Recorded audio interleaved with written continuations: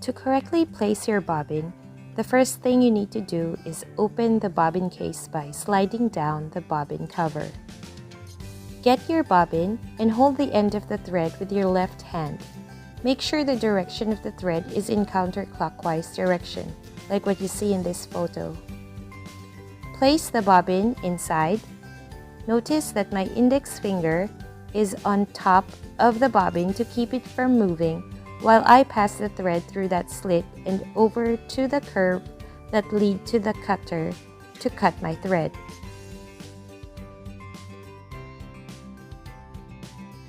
Get your bobbin cover and slide it back up.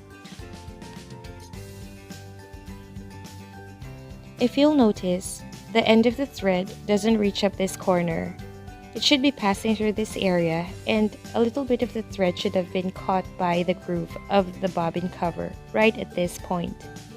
This affects how you pull up the thread from the bobbin, which I will demonstrate to you in the next video. Now I'm going to pull up the thread from the bobbin that I just placed. You can see only a short piece of thread was pulled up and my fat fingers couldn't reach it. That's the effect of not letting the thread stick out a bit from the bobbin cover. Now I will demonstrate how we can solve this problem. After placing your bobbin inside and cutting the thread, allow a bit of the thread to be caught by the bobbin cover before fully closing it. You can do it whichever way is most comfortable to you. You can hold the thread and guide it in place before closing the cover, or use the bobbin cover to push the thread towards the groove before closing it.